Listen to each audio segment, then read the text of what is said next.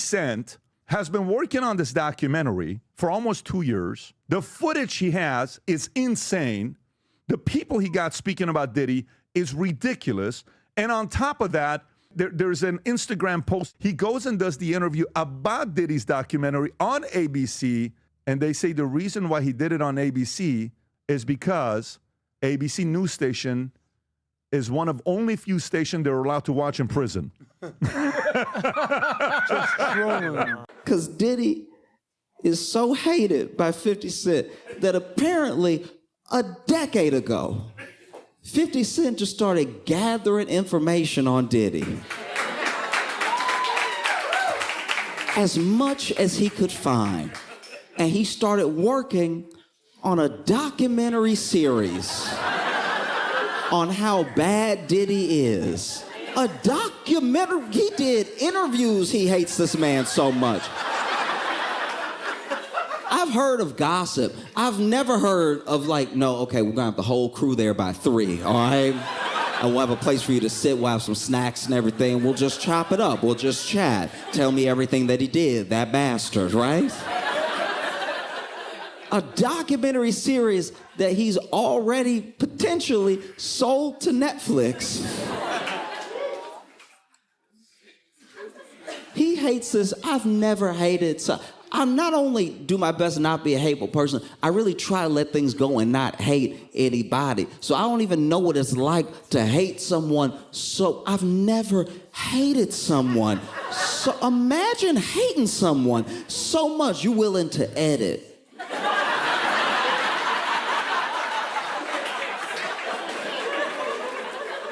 You're willing to sit at the computer and be like, no, that's not. Let's see if we can make this B-roll work. This dude hates him so much that there's actually things on the cutting room floor that didn't make it in. Imagine you hate somebody so much you don't even have time for how much you hate them in the thing you made about hating them. The Diddy docuseries produced by 50 Cent just dropped on Netflix, and all you need to know is that 50 Cent has more receipts on Diddy than the literal FBI. And when I say he has receipts, I'm talking about 30-year-old, never-before-seen videos and audio recordings from Biggie, Tupac, and one of the craziest recordings that's never been heard before from one of Diddy's LA associates that tells the police what he claims really happened the night that Tupac passed away. The first 2 episodes aren't even about his trial or allegations, they're just about how bad of a person Sean Combs is, and his involvement with Tupac, Biggie, and their death. And the biggest takeaway was that Diddy was a very jealous and envious person who so badly wanted to be that guy. Even as a 19-year-old intern at Uptown Records, he would go after the biggest artist, Al B. Sure's girlfriend, Kim Porter. He always wanted to be the biggest guy and wanted what all the biggest artists had, which makes so much sense on why he was so jealous of Tupac. Because Tupac was everything that Diddy wasn't and what he so badly wanted to be, and what made him even more jealous was the connection that Tupac had with Biggie. Believe it or not, Tupac and Biggie had a good relationship early on. Tupac loved Biggie's first album, and Biggie loved everything that Tupac stood for. And they were becoming good friends, so Diddy, being the control freak he was, wanted to intervene and start working with Tupac. But Tupac refused. He didn't care about working with Diddy and only wanted to work with Biggie. And that's just the tip of the iceberg. I could make a part 2 explaining further, but I think you should check it out for yourself, because the first 2 episodes were extremely interesting. There's never before seen footage, and I think it's a must watch if you're into the 90s hip-hop era. P. Diddy killed Tupac. What? Yeah, 50 Cent has it on camera, him confessing to it, and he also killed Biggie. What? Yeah, and the sick part is he made him pay for his own funeral and then danced like an idiot on MTV and national television in front of millions of people. Wait, why does 50 Cent have all of this evidence? Because apparently Diddy sent him flowers. That's it? And, listen to this, tried to buy him clothes. Is that it? Well, 50 Cent interpreted that as him calling him soft, so he did not like that. And so he took the last 20 years to gather all this evidence for his downfall. That just seems a bit excessive, don't you think? That I feel like there's more information that we're missing, because is 50 Cent really just that big of a hater? Yes. So one time, Ja Rule had a concert, and 50 Cent spent $3,000 to buy the front row seats, so no one else could buy it. So when he went on stage, the front row was completely empty. I need to step up my hate. I'm realizing I'm leaving a lot of hate on the table. Like I'm nowhere near my hate potential. What they consider a pre-existing beef, right? For 20 years, right? Is me being uncomfortable with him suggesting that he takes me shopping, or I looked at it like it was like a tester. Like maybe you'll come play with me type of thing, right? And it's not personal. If Sean Combs watches this, what do you think he's going to feel? Like, wow, this is amazing. I think he's going to say this is the best documentary I've seen in a long time. Everyone, welcome back to our YouTube channel. My name is Teresa. And I'm Scholar, and if you're new here, welcome to Sistalk Reacts. Big news in hip-hop. 50 Cent just dropped a documentary on Sean Combs. Yes, Diddy. And people are losing it online. Is it truth-telling or revenge? This documentary is called Sean Combs, The Reckoning, and it premiered on Netflix on December 2nd. It explores Diddy's rise to fame, his impact on music and culture, and dives into serious allegations, including sexual misconduct and other controversies. 50 Cent, who is the executive producer, featured interviews and footage fans have never seen from before Diddy was even arrested. So this is going to be fun. So people are reacting differently. Some calls 50 Cent a truth teller, finally exposing decades of allegations. Others say it's personal. A decade-long fight between 50 Cent and Diddy might mean this is revenge doc, not objective journalism. And before we dive in ahead, let's first watch how people have reacted to this new documentary of The Reckoning, and how people are reacting to everything that is going on in that documentary. And then we're going to come back with a full commentary at the end of the video. And if you're new here and if you haven't subscribed to our YouTube channel, kindly subscribe for us. We really appreciate if you do so. It's been #1 on Netflix. Did you actually expect it to be as big as it got? I expected it to be bigger. It's actually exceeding my expectations now. Wow. Stranger Things is a huge show, and it's outperforming Stranger Things on Netflix. It's outperforming everything on Netflix. You know, looking at this, I think you should start a private investigation firm. I'll be your first client. This 50 find out everything. Now, you know, because this is a lot of the personal footage of Diddy. It shocked a lot of people. And I know, 50, the way you run, this cannot be all that you have. Is there other stuff that you just have not shown? Yeah, well, everything couldn't make the... It was 4 episodes. Right. So it was a lot. You had to pick and choose things. Like, even in an area where he chooses to date people who he knows previously dated someone. He has a baby by a woman that was dating Tupac. Wow. To add to it, but we had to cut it down so it couldn't. For time. Yeah. So are you coming out? I know next year is going to be a #2, season 2. Or I just put it on YouTube. I just put it on YouTube. Well, we can subscribe and get it. I love it. And you know, with everything that was out and all of these people that were coming forward, have there been any like new tips that you've gotten since it has been released? Well, yeah, everyone starts to feel a little more comfortable when they see other people telling their truth about it. Yeah. So yeah, it's got to be something on YouTube coming. Yeah. I know. So far, my biggest takeaway from this Diddy documentary is the most dangerous person you will ever meet is an insecure man. Because every single action that Diddy did that hurt somebody stemmed from his insecurity. And it is his childhood insecurity that stayed with him his whole life. And with him not dealing with that, it bred greed and jealousy within himself. He was envious of all the other people around him that he felt like he was better than, and he felt like he deserved their spot. And when he eventually did earn his place in the world and people saw him for what he was as far as like having his talent, he still was envious and greedy. And it's so crazy because like when you're dealing with an insecure man that has as much greed and pride as Diddy does, nothing is ever enough for him.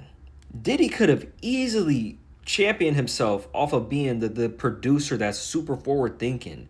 Even though he's not musically talented, he can curate a vibe and he has a great ear for music.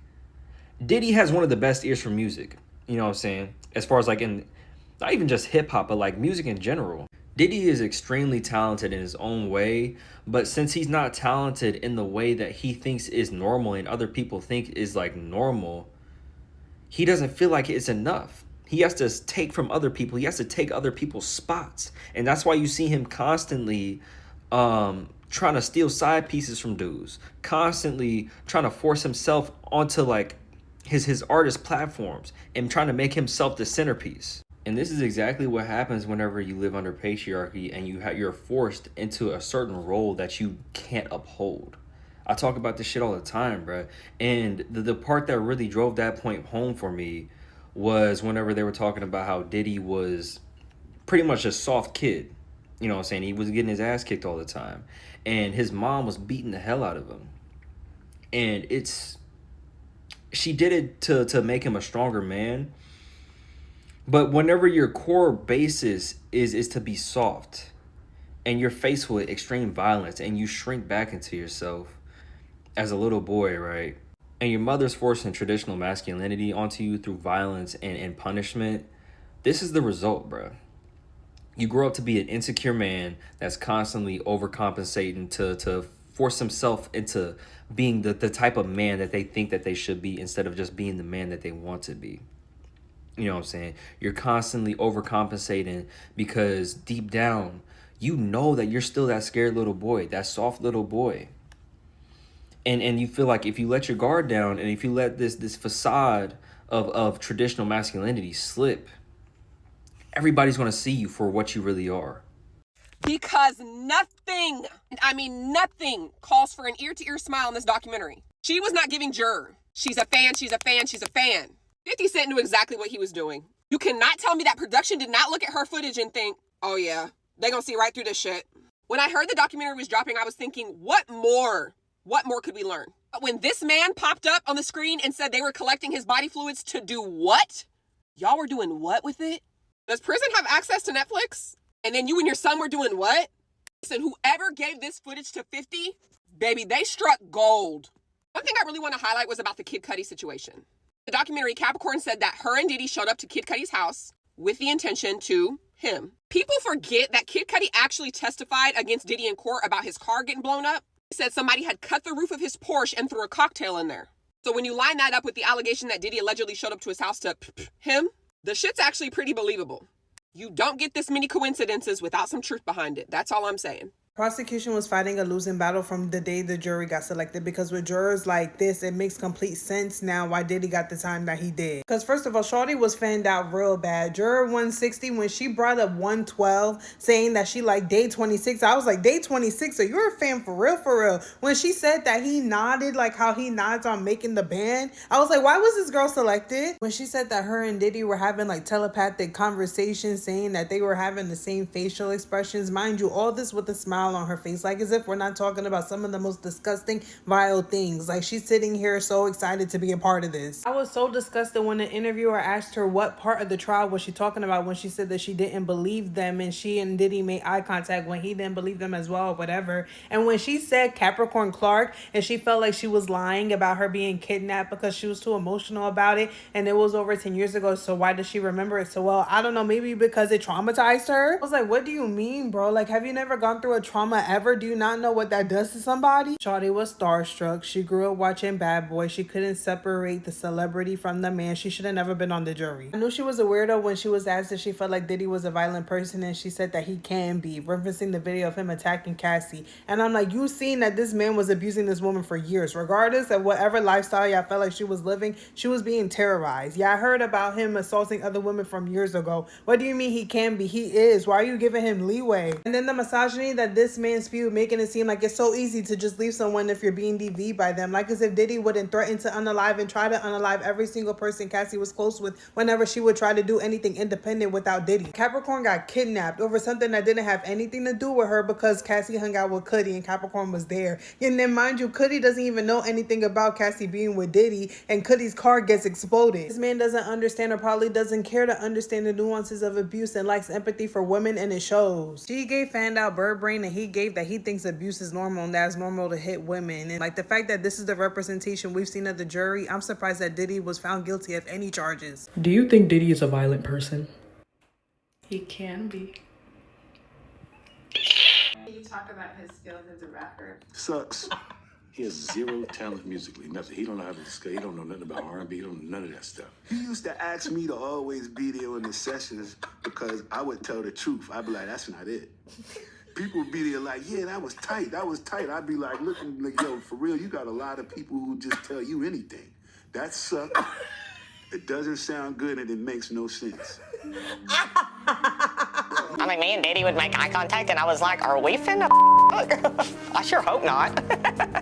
I mean, the way he would just look at me, oh. Now, were you a fan of Diddy before the trial? Fan of Diddy? No, I'd never even heard of the guy before. Okay, good. Because sometimes he would do these looks at me like he used to do at his meet and greets back in 07, and it just, oops. Can we cut that? Yeah, sure. Hey, let's cut the cameras. Good? Okay. Free my man, Diddy. Do you have any idea what a freak off is, man? No, it sounds bad. What is it? And a couple weeks in, he started keeping my shit in a cup and drinking it, man. Oh, so after you heard that, you just said it, right? Hell yeah, I did. After 8 years of doing it, I was like, this, man. This shit's crossing the line. You did it for 8 more years? And I watched him do some horrific ass shit to his girl, man. That's just dumb. That's terrible, man. So you quit immediately after that? Hell no. No, I worked for him for like 3 years after that, but he's a monster, man. Evil shit. I mean, he's an accomplice, right? Man, Diddy, man, he couldn't sing for shit, man. What'd he sound like when he tried to sing? So I'd ride him shit and he'd go, even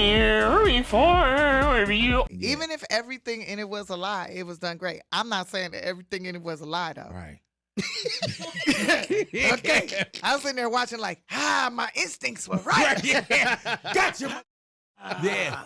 Even if this is not the way it written down, it feels right. Yeah, it validated what I was thinking. It feels good in my soul. Right. But then at the same time, like, dang, this is, I saw two different, I only saw one side of this person. This was showing like the whole other side. Yeah. Like, people be having so many damn sides to them that you don't know who you dealing with. Because have you ever been to a Diddy party? Yeah. Yeah. And that's what I was telling people. I've been to the Diddy party. And then when people say the freak offs, I didn't know that the freak offs were very specific. Mm-hmm. You know what I'm saying? Like people like, man, the freak off. And I was like, nah, because I didn't know. I thought it was like, oh, maybe they pick people to stay or something like that. Yeah, but then when I'm I like, saw I never what got it chose. Yeah. I never got invited to nothing. Nobody ever asked me to do a damn thing. I like baby oil on my feet. I like it on my feet, but like, I don't know. I ain't never experienced none of that. I was like, at least offer it so I can at least turn it down. Yeah, make me feel pretty. And then you saw what it was, and you're like, oh, okay, yeah, it was very, very specific. Yeah, very specific, but very, I feel like, right in alignment with what I was thinking when I met him.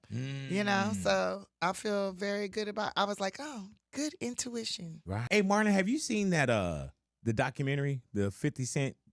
No, I haven't seen it yet. For Diddy? I haven't seen it. Oh, man, you working Everybody hard. telling me you got to see it. Yeah. I haven't seen it. Yeah, probably don't want to see it. You probably don't. Because it's all skewed, man. Like when you put stuff together, you create whatever narratives you want to, and at the end of the day, everybody being programmed. You know, right now the man's serving time. Right. You know, he went before the court. The court said this, and everything is God. But God said this is what he got to do. He got to do 5 years in pen. Let him do his 5 years. But when you give up your manhood, I've never seen somebody recover from it. That was all the people that went to the puffy parties. That was all the people that did all those things thinking that there was never going to be a consequence for what they were doing. Get punked out and pimped out by some greater desire. You shouldn't have a greater desire than being a man. So you see some guys struggling with that. You see Bieber struggling with that. You see some of these guys struggling with that. They can't get it out of their head. They can't get it out of their head. The things that they did, no matter how they did it, whether they were drunk or high or whatever, you gave up your man card. You need therapy. And that's the thing that hurts them the most. And so they end up on drugs, end up every way to try and get rid of any principles there are. And that's what the business does. And the women that trade their bodies to go and get the role, they get to the point where they have their Oscar, they have their money, but they don't have their dream. They don't have the soul that they started with. So it's like achieving don't mean anything. If I get all the Nobel Prizes from doing all of this, but in the process I have to trade out all of my integrity to do it so that they can stay in place, what benefit is that if I lose my integrity? You got to go in as a principal. And what we were brought in here as men. We produce 1,500 sperm per heartbeat for a reason, because the aggression is necessary. You don't trade that in, no matter what. Did you ever have the opportunity where you got invited and you said no to it? Hell yeah. What was the consequences when you said no? Puffy invited me for weeks, asking me to come and teach him how to, wanted me to be his acting coach for a while. Go there and he's sitting around just looking. I'm like, okay, what's the material you want to work on? He's just looking at me. Then next thing you know, okay, hey, will you help me? I want to hear your music. So I come over there and I play the music. And he's sitting there, just looking at me, like waiting. Okay. So then my assistant was like, you know, he wants to hang out with you next week. And I was like, for what? He's like, I think he's trying to f you. That's what my assistant said. I was like, oh, okay. Now I get it. So now no more communication. Now you know to be hands off with somebody. A number of producers come in and make the approach, and you threaten to punch them in the mouth, or threaten to knock their head off for talking to you like, or looking at you like you're a woman. You know, when you approach a real man about his masculinity, you're going to get a real reaction back. It's a difference when a guy walks in a room and when a man walks into a room. And a man don't take the same things that a guy will accept. So always be the man in the room. And that's always been my whole thing, and have lost businesses because I don't bend over in that way. I don't compromise. I don't play gay roles. I don't feel bad for nobody that was in that Diddy documentary, because a lot of y'all was still around. Y'all was still trying to reap them benefits of being associated with Diddy until things dried up. That producer Lil Rod literally heard Justin Combs and Diddy allegedly off a man in a bathroom in a studio, tried to save that man's life, and he still ended up continuing working with Diddy. And this the thing, Lil Rod only told his side of the story because Diddy ain't give him the $250,000 that he was promised. That's the only reason why he came out about all of this. If he'd have got paid, he'd have never said a word to this day. To that Capricorn Clark girl, you was Diddy assistant for 10 plus years. You knew what Diddy was doing to them girls. That you knew they was drugged out. You knew they was getting assaulted. You knew Cassie was getting beat on, all the relationship. So like, come on, man. What are we talking about? I say preferably just live it. This scene got me dying right here. But I just remember it because 8 bars took us probably 7 months to record. I cry for you. No. Come on, yeah, let's go. Come on, Jack. Cry for you. Come on, I gotta go. Yeah, don't do that. Okay. Never. Okay. Engineer just trying to be supportive. Bro, just shut him down. A trend that I noticed in this Diddy docuseries is that a lot of the folks that decided to finally speak up are people who spoke up not because they saw someone else getting hurt, but because they themselves got hurt. All this time, everyone knew what was happening to Cassie, but no one said anything. His producer spoke up because he didn't get paid. Now, yes, I know he was a victim, but he did not speak up until he did not get his money. A lot of these people who were sticking beside Diddy let him do whatever he wanted for years. It wasn't until they themselves became a victim to whatever Diddy was doing that now all of a sudden they got something to say. Everyone knew what Diddy was doing. Y'all knew he was responsible for Biggie and Tupac's death, but no one said anything. Y'all knew he was beating Kim Porter. Y'all said nothing. Y'all knew he was out here taking wives and girlfriends of his colleagues, but y'all said nothing. You guys also knew it was weird that he had this God complex, and y'all said nothing. I don't know, it just seems as if Diddy just finally pissed off the wrong person. This isn't just gossip. It's about power, accountability, and celebrity culture. It asks the question, when someone is untouchable in fame, does exposure finally balance the scales? Whatever 50 Cent is up to, only God knows, yeah. And he just can't seem to stop, and he's so happy about it. And he even said, where Diddy is, he's proud of him. I'm like, bruh, how is he proud of you showing his dirty linens all over the world? I mean, where did the brotherhood go? Let's just hope and believe it's one of his movies. Because if it's not... But the problem is, he might go down with other big celebrities that we already know about. But you know, he might come and say, just something that I wrote. It's just a movie like any other movie. But the footages are real.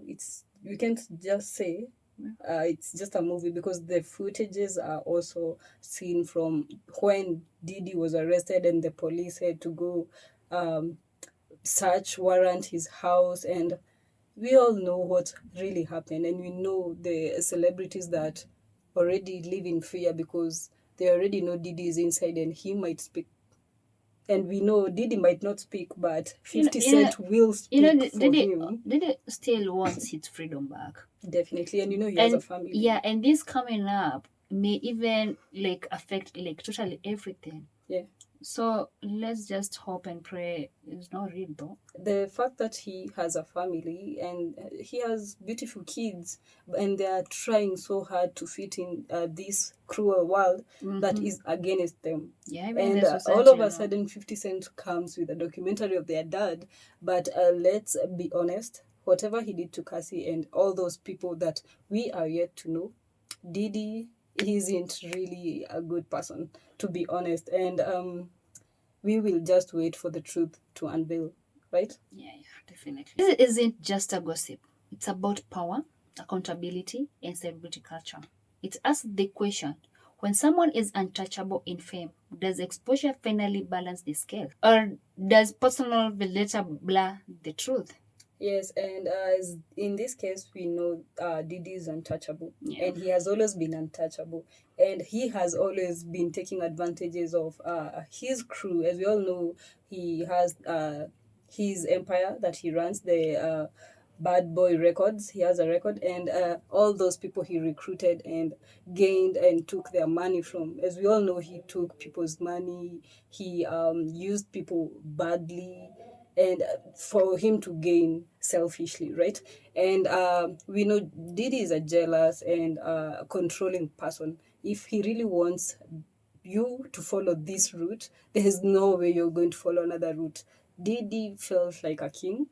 Diddy felt he was in control of the world. Literally, people could come from Africa, Saudi Arabia, everywhere, all around, to just go witness the Diddy parties or just dine with him. And you can imagine, what is this power? We're trying to understand, but maybe the documentary has a lot to show us. So let's wait till the end. And in this case, people are saying, if you know of those jealous, controlling, and insecure type of people, run before it's too late. It's too late, because we have all seen what happened to Cassie. She was able to speak years after she has now found a new love and new family. She wasn't able to speak because Diddy took her in control. She's since she was 19 years, and she was unable to speak for herself.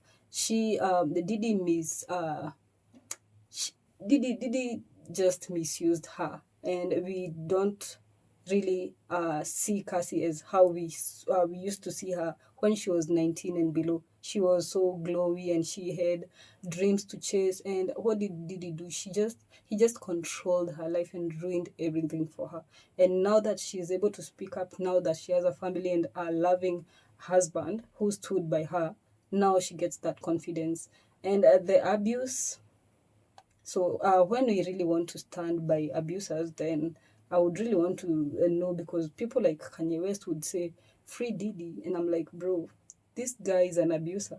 You can imagine this guy abusing your sister or your aunt or any other person, because he hasn't just abused ladies only. Mm-hmm. He has abused all genders, all kids. And there are so many speculations, but let's leave it for you guys to just draw your thoughts in the comments. Let's just debate everything there. And finally, credit goes to all the respective owners of the clips and content used in our video. Your thoughts and perspective made today's work possible. And if you found this video educative and you really want to see more of this, kindly give us a thumbs up. And also don't forget, if you haven't subscribed, kindly subscribe for us. We really appreciate if you do so. See you in the next one.